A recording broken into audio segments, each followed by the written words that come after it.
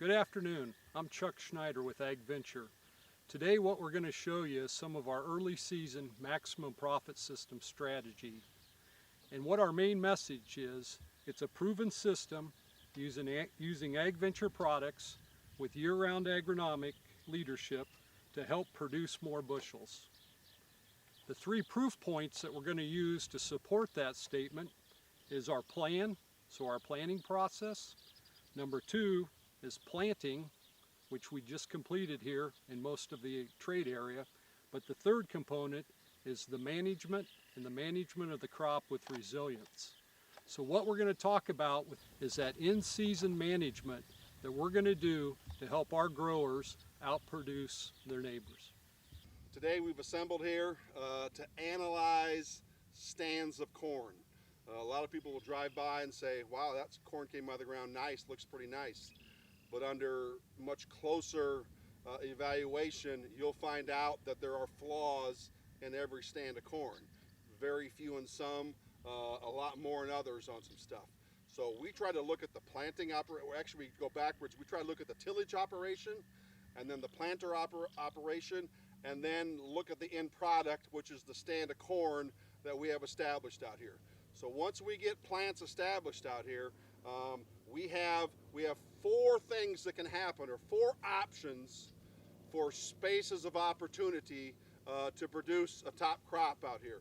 So it's not just about population here or quantity, it's about stand quality as well. So stand quantity and quality have to go hand in hand. So once we get a stand established, here at AgVenture, we like to come in and analyze that stand of corn, every space imaginable. So this planter was set on 30,000 seed drop. So now we have 30,000 spaces of opportunity per acre in this situation here today. The next situation might be a 34,000 drop. I don't know, everyone varies. So we're going to use that one today.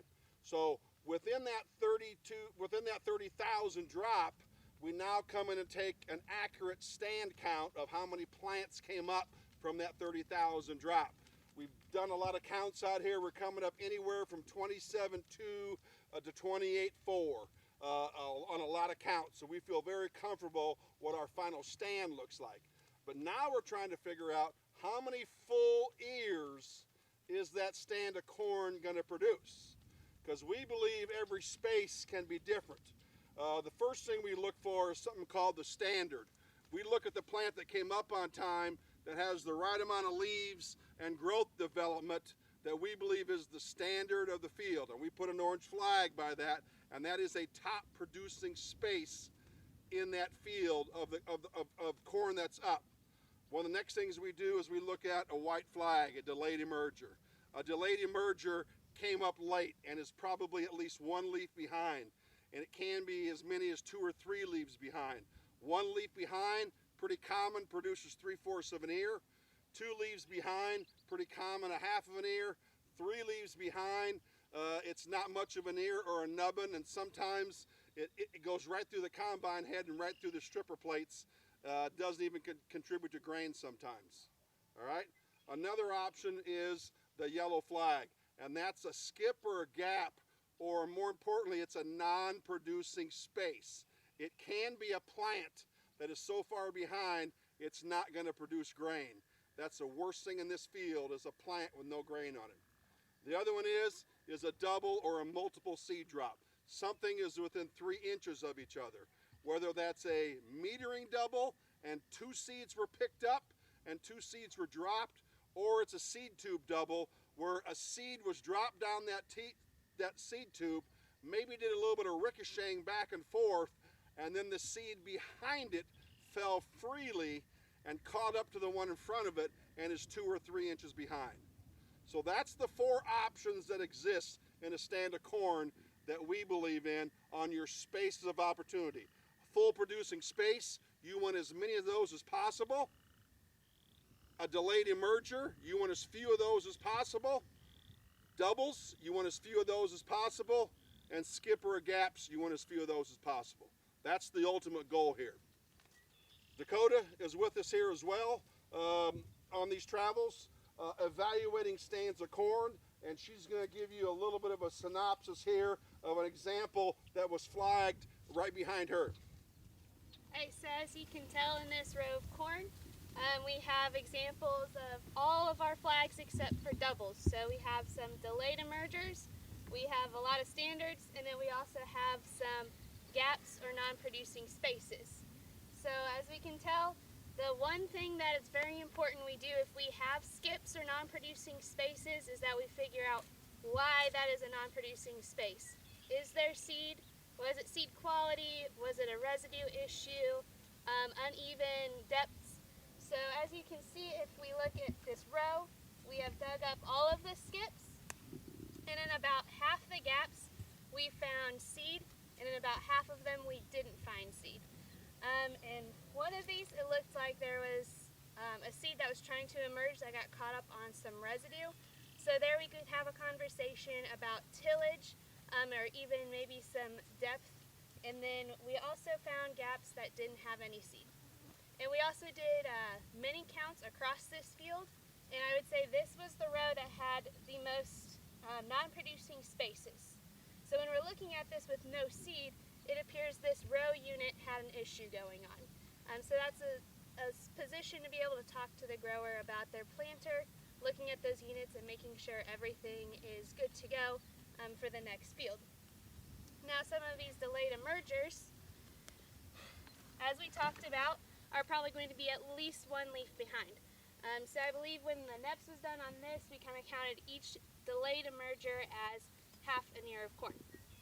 So as you can tell, we have 1, 2, 3, and 4 delayed emergers on here. And so that equals out to be 2 ears of corn. So as you see, we have several things flagged off here as you do a panorama here.